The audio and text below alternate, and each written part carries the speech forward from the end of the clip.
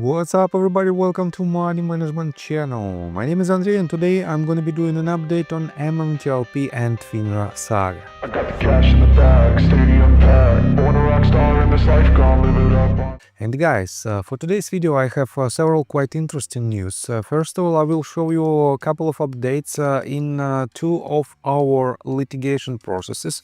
One of them is the bankruptcy case of MMAT, and another one, I believe, if I remember it correct, is the Roller versus Securities and Exchange Commission case.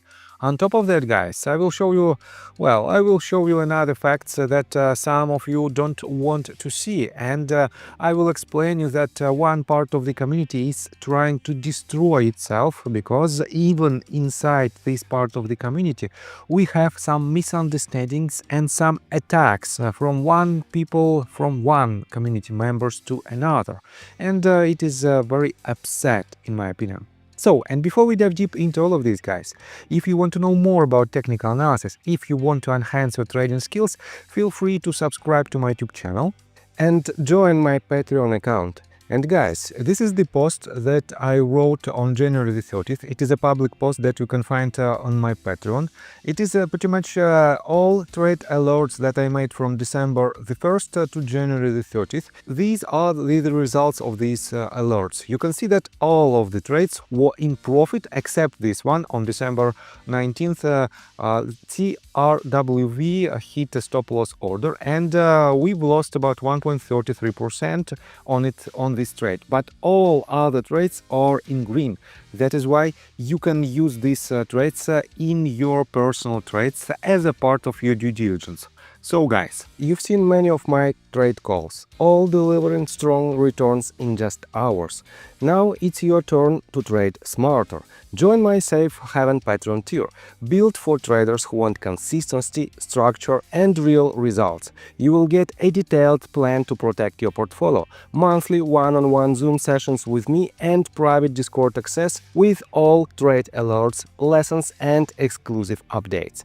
And here is the best part. If you don't earn more than your subscription price within 30 days, you will receive a full refund, no question asked, as long as your trading account balance is at least $2,500 and you've taken all the recommended trades during the period. No excuses, no fine print. You profit or you don't pay.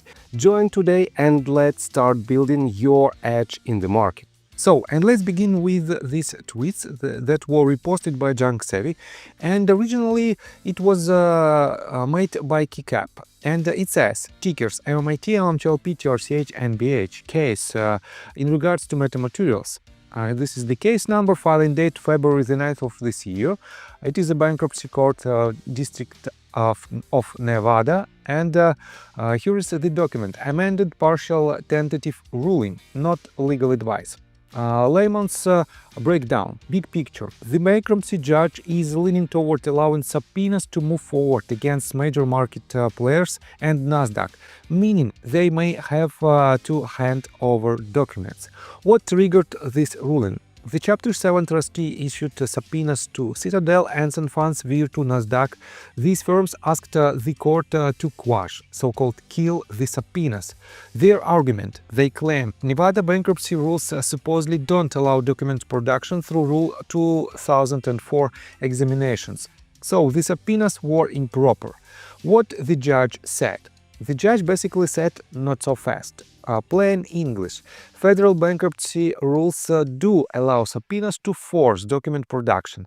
Local Nevada rules cannot override federal rules. The local rule only means you can't force documents with just a court order, but you can force them using subpoenas. So, the subpoenas appear valid. The argument that they violate local rules is weak. The court intends to deny the motions to quash, at least on this argument. And this is a very good news. On top of that, why it matters in plain terms? The trustee is investigating what happened to metamaterials. These subpoenas likely seek trading data, communications, making activity, short interest and settlement info. If allowed, major firms may be forced to produce records. Discovery pressure increases. Bankruptcy fact-finding expands. This is an information gathering win for the trustee, not a final ruling on wrongdoing. What happens next? This is a tentative ruling, not a final yet. Hearing scheduled for February the 20th of 2026 at 1:30 p.m. Judge could still confirm it, modify it, reverse parts. So definitely it is a very good update, and to be honest, it is very well made and very well structured. Shout out to Keycap for this update. On top of that, another tweet that was made by Keycap is following. Tickers MMTLP, MMAT, TRCH, and BH. Case Jason Rollo versus Securities and Exchange Commission, FINRA, DTCC et al. This is the case number. District of Connecticut filing. DTCC Notice of Supplemental Authorities. Date filed February the 9th, 2026. Not financial or legal advice. So, what this filing is in plain English? This is DTCC telling the judge, the courts just dismissed similar investor lawsuits tied to MMTLP, and those decisions support throwing out Rollo claims too. It's not a final ruling, it's extra legal ammo DTCC is submitting to straighten its motion to dismiss the case. What DTCC is argued? DTCC points to two recent Texas cases filed by other MMTLP investors: Speakers versus NextBridge Hydrocarbons, Peace versus SEC. In both cases, judges recommended dismissal because non-jurisdiction courts said they didn't have authority over FINRA in those suits. SRO immunity. FINRA, as a self-regulatory organization, has legal immunity when acting in its regulatory role. 3. Weak legal claims. Antitrust and constitutional arguments weren't sufficiently supported. DTCC says those same legal principles apply here. How DTCC ties this to Rollo's case? DTCC argues Rollo's claims come from MMTLP trading plus clearing and settlement activity. That activity is part of DTCC's regulatory market infrastructure role. Therefore, DTCC should get similar protection like FINRA did. The claims should be dismissed, possibly with prejudice, meaning permanently. What this means strategically? This filing is designed to influence the judge before a decision on DTCC's dismissal request. Signals courts are already rejecting similar MMTLP lawsuits. Reinforces the immunity defense. Positions Rollo's complaint as legally insufficient. Could accelerate a ruling on DTCC's motion to dismiss. But it does not decide the case. The judge can still allow parts of the case to proceed, permit amendments, distinguish Rollo from those Texas cases. So guys, this update is not the best one. But at the same time, guys, we have to see the resolutions one way or another. If all the legal cases that are up and running right now will be dismissed or will be rejected, it will also be a result. Definitely it will not be a positive result, but in this case we will see how, and we will find out how we should act in future in order to push our case forward. And yes, unfortunately, these processes are extremely complicated, and we cannot we cannot wait for the resolution immediately. We have to wait, and we have to be patient. On top of that, I want to show you that unfortunately we have some people who are pretending that they are not the people who they are. And I want to show you that Busy Brands is still trying to, I see that you will not be satisfied with my opinion again, but guys, if you rely on someone's opinion, these people should act, pretty straightforward. They have to act in favor of MMTLP community, and they shouldn't attack other community members if their opinion is opposite opinion, basically to his one, to Busy Brands, for example. And Busy Brands wrote this in response to this tweet that was written by Paul Atkins. Your top priority should be fixing the MMTLP financial scandal. We are not going away. So definitely he is a part of MMTLP community, but guys, he is not acting professionally. Just recently we saw this picture of General Flynn and Vandersteel and Busy Brands together, and unfortunately guys, it is smoke and mirrors. Sam wrote this: shell game, sham game. MMTLP busy on that brand law, LOL. And she refers to the tweet that was written by VentCap. And VentCap wrote, exactly how long we are supposed to pretend that Busy Brands did not pay $35 for a photo with Flynn? How effing stupid are you people? Unfortunately, this picture was presented to the community as the part of the ongoing process that General Flynn might be involved and might be ally of MMTLP community. But at the same time, guys, take a look right here. It was a prepaid photo with General Flynn, and it costs from $35 to $200 because $200 till includes a photo with Flynn and a swag bag.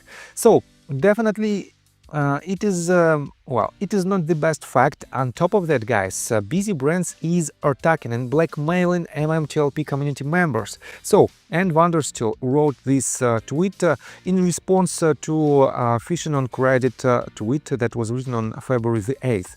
And she wrote, freaking disgusting, our country is run by criminals. And again, the MMTLP story is definitely extremely shady story, and well, she has her opinion, but at the same time, she doesn't want to see that some of the community members who gave her the information are trying to hide some tricky actions that they made. So, Sam AM wrote, they run pump and dumps too. Why is Busy Brands blackmailing folks to take the hit of the CEOs charged with fraud? I mean, SEC says they have polycars here under oath, lying right to investor faces. Why would you help liars who scammed average Americans? And here is the screenshots of that proves basically this fact. Busy Brands blackmailed some of community members, and here is the fact that not so many people want to pay their attention to. George Palikars claimed that TRCH was speaking to the right potential buyers and were top tier, and he told it clearly back in the days, and he attracted even more potential shareholders, potential buyers of MMTLP shares back in the days. At the same time, in his lawsuit that was filed by SEC against him, John Burda and Meta Materials, he admitted in sworn testimony during the SEC's investigation that at the time he made this statement, he had no knowledge of potential buyers or active negotiations. This means it was a pure lie, and no one asks George Palikars about this fact, and definitely George Palikars himself doesn't want to explain these statements. On top of that, guys, I see that one part of the community members is still attacking the other part. Let me show you, I believe, somewhere here. So this one, Roman Subs reposted this tweet that was written by MMTLP History Channel, and MMTLP History Channel published several parts of the space calls where one part of the one part of MMTLP community is attacking the same exact part, people who are pretty much at the same has the same position as they have. And you can see that JORL versus Tractor Sam, MMTLP always eats their own. They attack each other. Guys, why do you do this? What is the reason that you are attacking your own part of the community? So let me show you that here is another evidence of this, and I don't want to play all these actions, all these space calls, but take a look right here. This is the picture of Greg McCabe living life after taking $50 million from MMTLP shareholders. He is playing golf, as you can see right here, and yes, on the one hand, he can do whatever he wants, and he's a millionaire. He has plenty of money on, well, on his accounts, but at the same time, guys, part of this money, at least somewhere around $50 million is your money that was stolen from you by Greg McCabe. And you can argue with this statement, and you can try to blame SEC and FINRA, but SEC and FINRA didn't make any statements to attract more potential shareholders to MMTLP, and Greg McCabe did it, and he faked a lot of facts, and he doesn't want to disclose the number of short positions, the number of shares that were shorted during the spin-off, and he claimed and he stated clearly that the number of shares that was opened as a short position is more than 2.65 million shares that was disclosed by FINRA. And since then, guys, he didn't mention what is the real share count for these short positions, and why did he pay C-Plant to made up a statement about oil and gas assets. Why didn't he pay for the leases, and he lost the major asset of next bridge hydrocarbons? So many questions to Greg McCabe without answers. Guys, be professional, do your own due diligence, and don't be blind. Just open your eyes to the bigger picture of this problem. So I think that's all information that I want to provide you. If you like my video, please hit the like button and subscribe to my channel with notification bell. And see you guys and girls next time. Bye! I got the cash in the bag, stadium packed. Born a rock star in this life, gonna live it up on the attack. Baby, I'm bad, I just wanna get caught up in this life. I'm crazy, I'm mad, doing no cap. Only God wants you.